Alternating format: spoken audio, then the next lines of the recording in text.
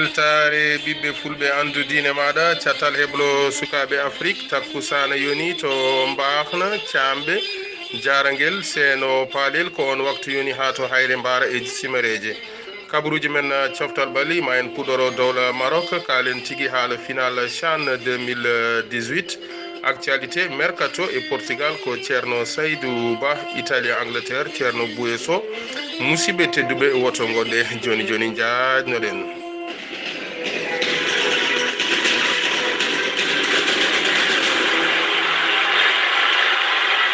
jam ñalle moon musidɓe tedduɓe eɗen goni abde joyi colte ujunnaje ɗiɗi e sappo e jeetati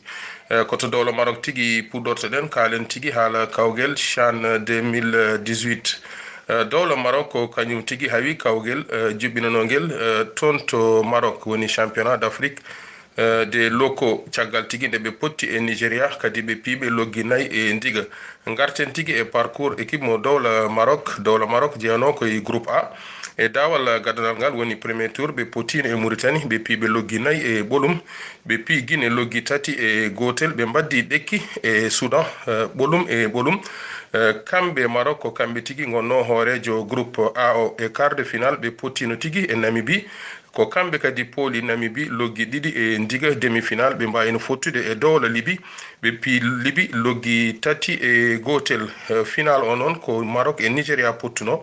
ko maroc tigui fooliɓe loggi nayyi e ndiga sen ƴeewi kamɓe ɓe gudditirno tigui tournoi o ko loggi nayyi ɓe guddiri ɗum kadi loggi nayyi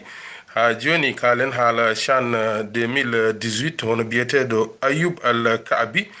ko kanko tigui woni buteur ɓurɗo gardude e oɗo championnat omo yaare e loggi jeenayyi ha joni koto dowla maroc tigui keddotoɗen kalen tigui haala hoorejo fédération sénégalaise mo football biyeteɗo augustin senghor o toɗɗama tigui e commission exécutif mo fifa zone A o lomti noon ko biyeteɗo almami kabele camara jeyanoɗo to leydi guiné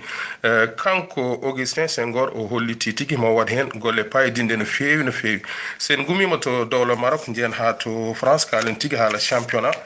première division taw tigui ko ñalawma nogas e nayyi ɓiijo ñande tati e nayyi colte ujunnaje ɗiɗi e sappo e jeetati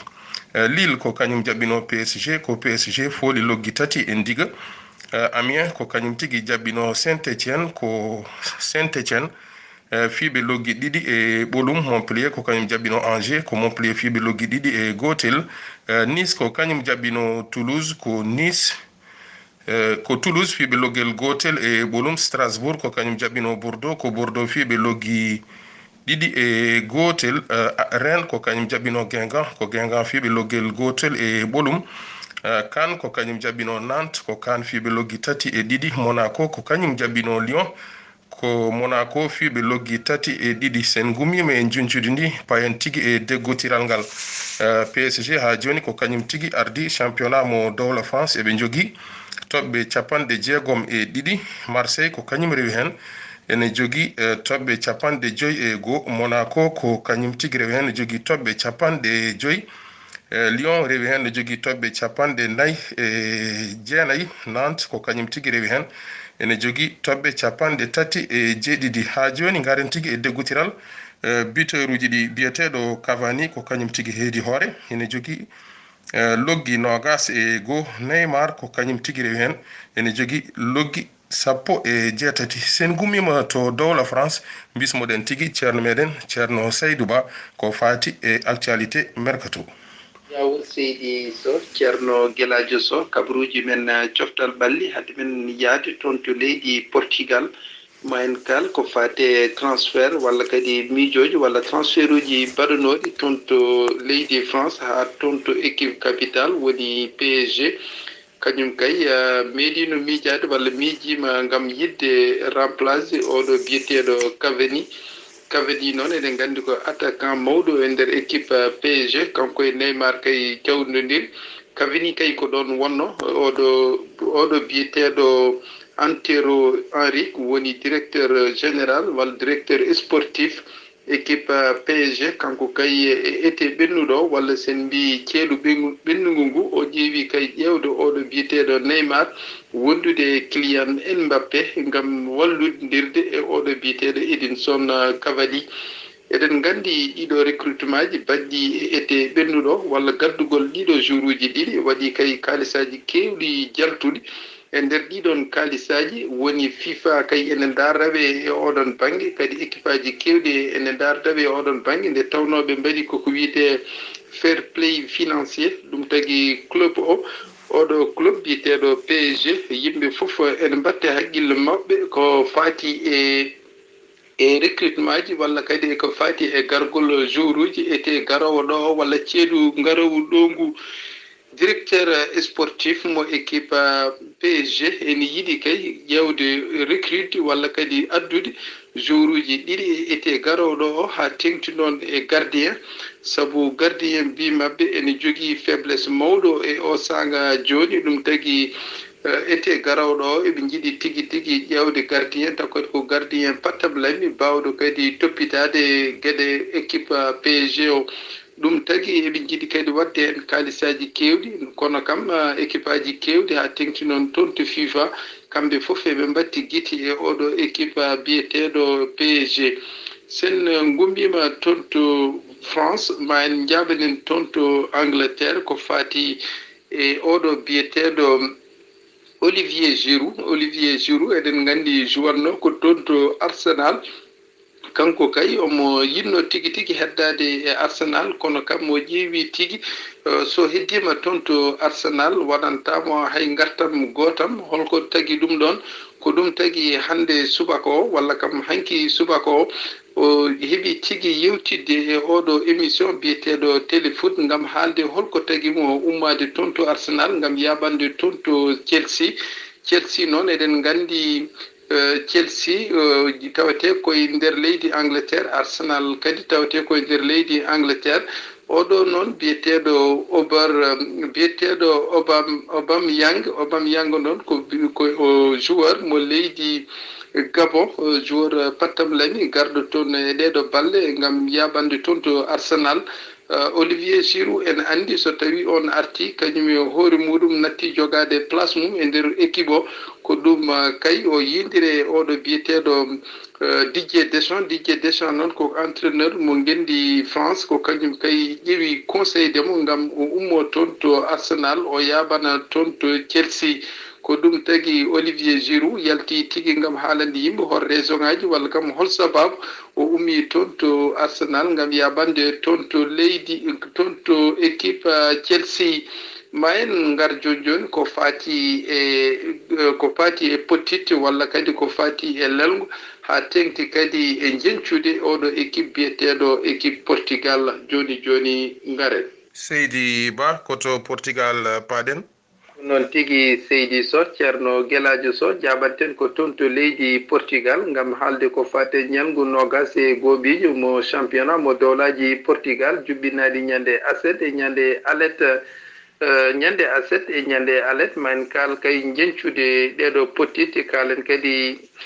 équipe aji poɗɗi fottidde e ɗeɗo balɗe so ɗum ɓenni kalen kadi ko fate lelgo oɗo championnat e ñalngu nogas e gooɓijo ñande aset tati colte hitande ujunaji ɗiɗi e sappo e jeetati pottitte ɗeɗo kay mbaɗi ko oɗo équipe biyeteɗo FC Porto ko kañum tigui jabbino Sporting Braga ko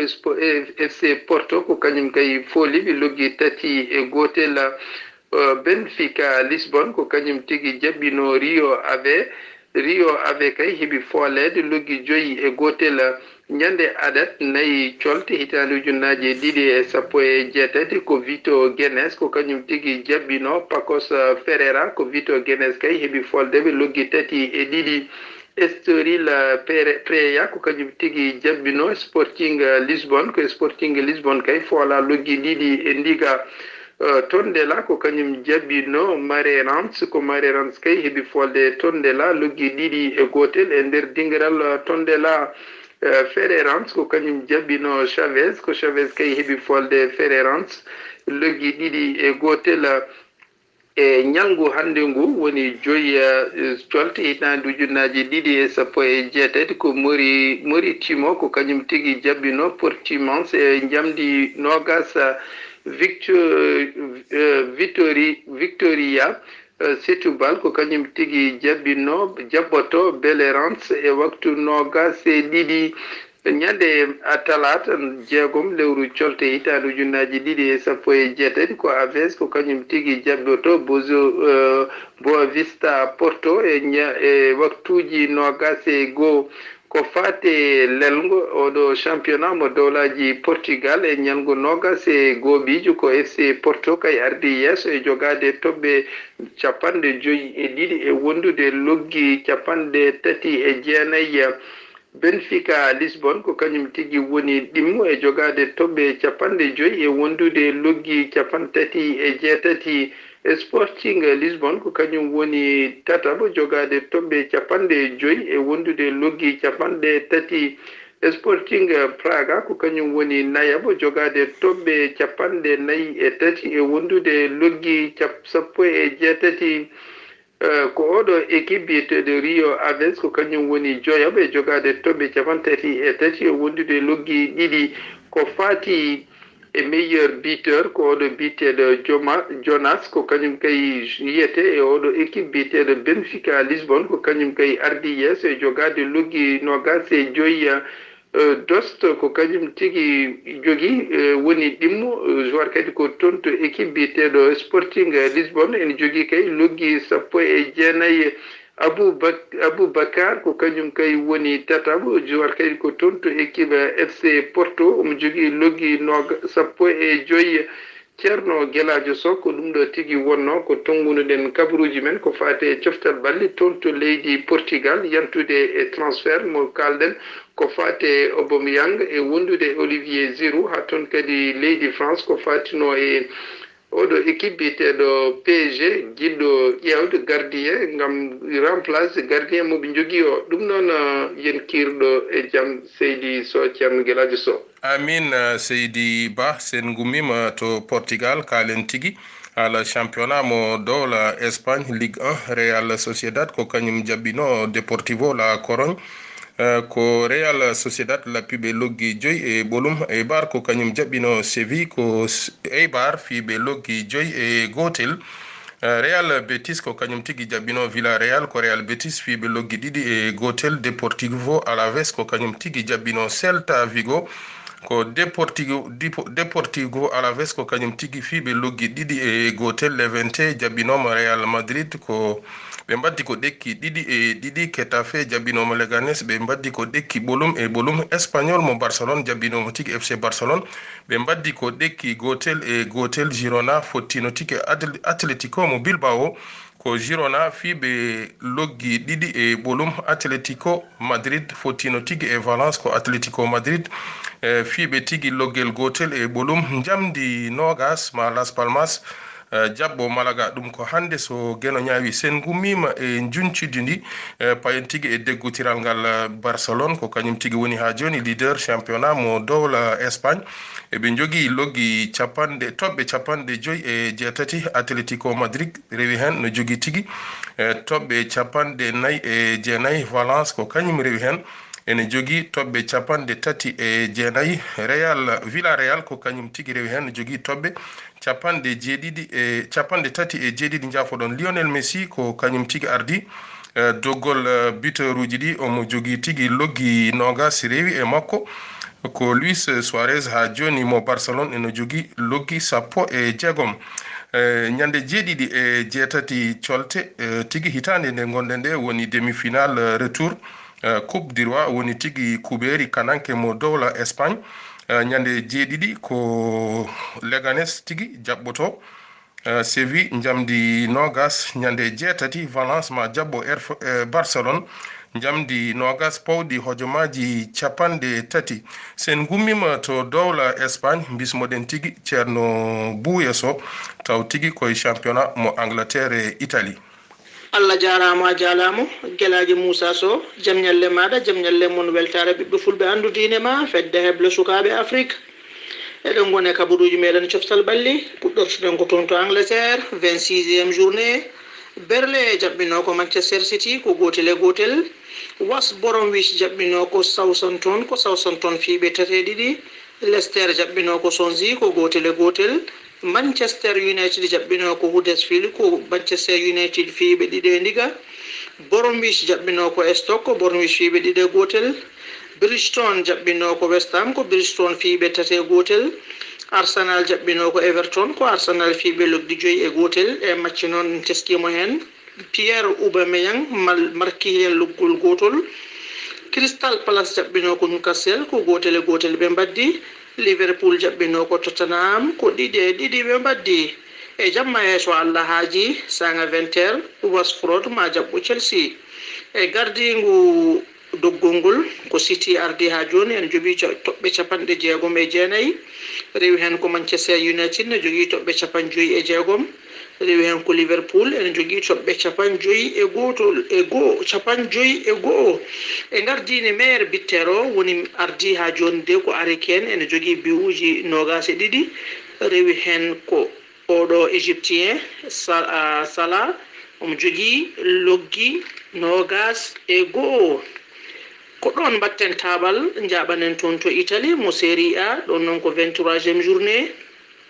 Sampdoria jaɓɓino ko Torino ko gotel ɓe mbaddi. Inter de Milan jaɓɓino ko Crotone ko gotel ɓe mbaddi. Las Verom jaɓɓino ko AS Roma jaggiɓe fiiɓe gotel e ndiga.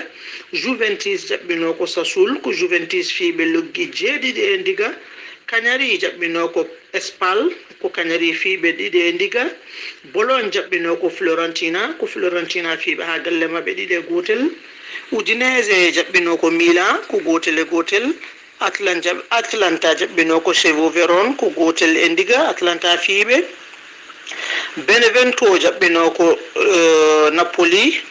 fiiɓe 2 e gotel. E jamma yeso Allah haaji Lazio ma jaɓɓo Genoa. E gardini doggolngol ko Juventus ardi ene jogui toɓɓe 59.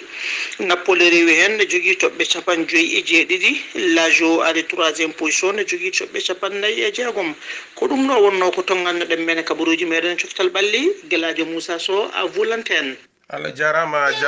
ceerno Bouye Sow kabaruji men coftal ɓalli. Mercato e Portugal ko ceerno Saydou Ba. Italie Angleterre ceerno Bouye Sow ene huufi haalirde de guiɗo moon musidɗo moon Gueladio Sow yo Allah rokku en hirde jaam. Allah jarama on jarama.